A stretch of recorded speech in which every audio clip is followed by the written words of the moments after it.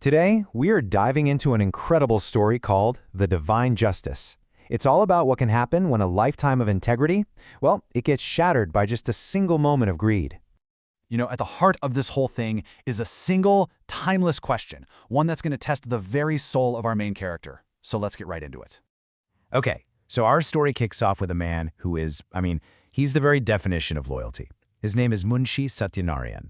Satyanarayan was the chief manager for a super wealthy landlord, and he wasn't just good at his job, he was like a legend. Seriously, he was known for his rock-solid honesty, managing this massive estate that just flourished under his care. His master trusted him so completely that, get this, he eventually stopped even checking the books. Total, complete confidence.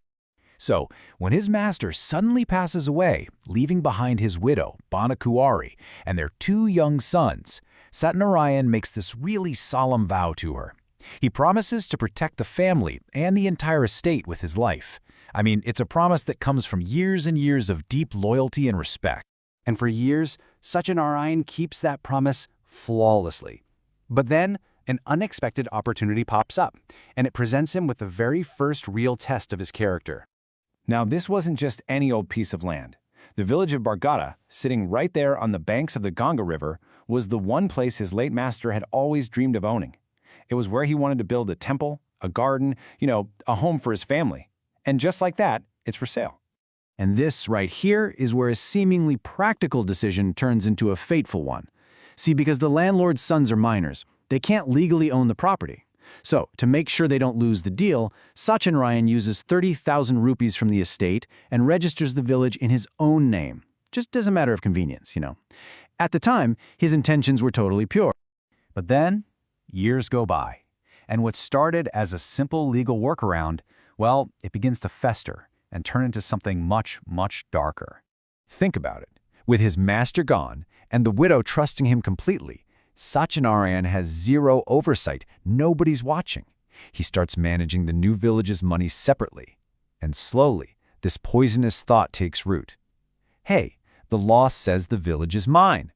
What began as a simple convenience is slowly twisting into a claim of ownership.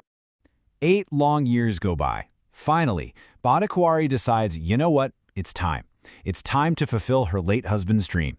So she calls Satyanarayan and asks when they can start building the temple in Bargata. This is it. This is the moment of truth. And his reply is just shocking. He doesn't deny using her money, but he frames it like it was just a personal loan. He coldly stands on that legal document, completely betraying the spirit of his duty. That piece of paper has now become his shield for a massive moral crime.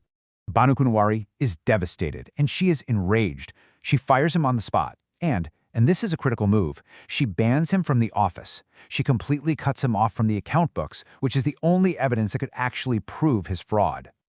Oh, and now he realizes his mistake. Panic starts to set in. The man who was once known for his perfect integrity is now driven to commit a crime just to cover his tracks. He knows those ledgers contain the damning truth.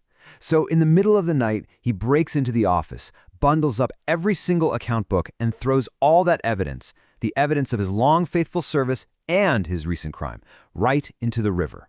With the paper trail gone, the fight moves from the office to the courtroom. So now we get to the legal battle, and it's a classic showdown really between what is morally right and what is legally provable. This really breaks it down perfectly.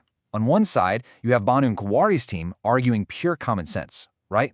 How could a servant on a small salary possibly afford a property like that? And they point to the missing books as a clear sign of guilt. But Satyanarayan's lawyer, he's ruthless. He just argues that the deed is all that matters. The money was a loan, and without the books, hey, there's no proof. So the judge, who is bound by the letter of the law and the fact that there's no evidence, really has no choice. He dismisses Banakuwari's claim.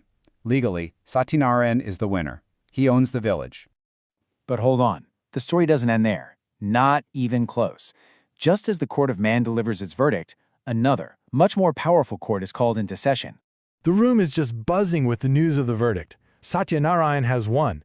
But as people start to file out, Banakuwari, the grieving widow who just lost everything, she steps forward.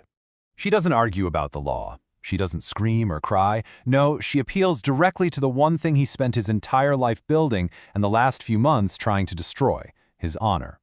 In front of the entire town, she asks him to answer not as a landowner. And with that single word, everything changes. In the court of law, he was a winner, but here, in the court of his own conscience, faced with the simple truth, he confesses. His reply? Yours. The courtroom just erupts. The judge himself stands up and calls it divine justice. And in this incredible act of grace, Banu Kuwari not only forgives him, but actually rehires him. Her trust is restored by his single act of truth. She even ends up gifting him the village outright, and he in turn dedicates all its profits to charity, completely redeeming his honor. What an ending. You know, this story leaves us with such a profound question. Satyanarayan won in the court of law, but nearly lost his soul in the process. He lost in the court of conscience, but by doing that, he won back his humanity and the respect of his entire community. Really makes you wonder, doesn't it? If you found this story as powerful as I did, please do us a favor and like, share, and subscribe for more deep dives just like this one. And hey, hit that notification bell so you don't miss our next one. Thanks for watching.